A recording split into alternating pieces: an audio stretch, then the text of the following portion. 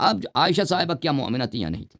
تو ان کے اپنے کتابوں میں ملاحظہ فرمائیے، کتاب المصنف فی الاحادیث والآثار جزء 11، یہاں پہ ملاحظہ کریں، یہ حدیث ہے، معمر روایت کرتے ہیں کہ صفحہ نمبر 431 ہے کہ نبی صلی اللہ علیہ وسلم نے ابو بکر کو بلایا۔ وہ حضور سے باہر جا رہے ہیں، 4 کتابیں ان کی اور 6 ہماری کمنٹمنٹ ہوئی تھی، اور وہ حضور سے باہر جا رہے ہیں، ان کو واپس لے آئیں۔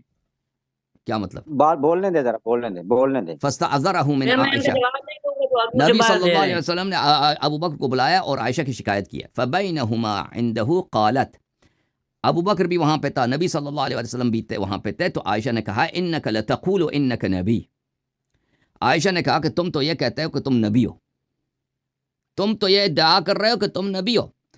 فقام الیہا ابو بکر فضرب خدہا، تو ابو بکر کھڑے ہو گئے ہیں، تو اس کے چہرے پہ تمانچہ مارا، اس کے چہرے پہ تمانچہ مارا۔ فقال النبی صلی اللہ علیہ وآلہ مہ یا ابا بکر ما لہذا دعوناک، نبی صلی اللہ علیہ وسلم نے کہا کہ ابو بکر رک جاؤ، ہم نے آپ کے لیے، آپ کو اس کام کے لیے نہیں بلایا تھا۔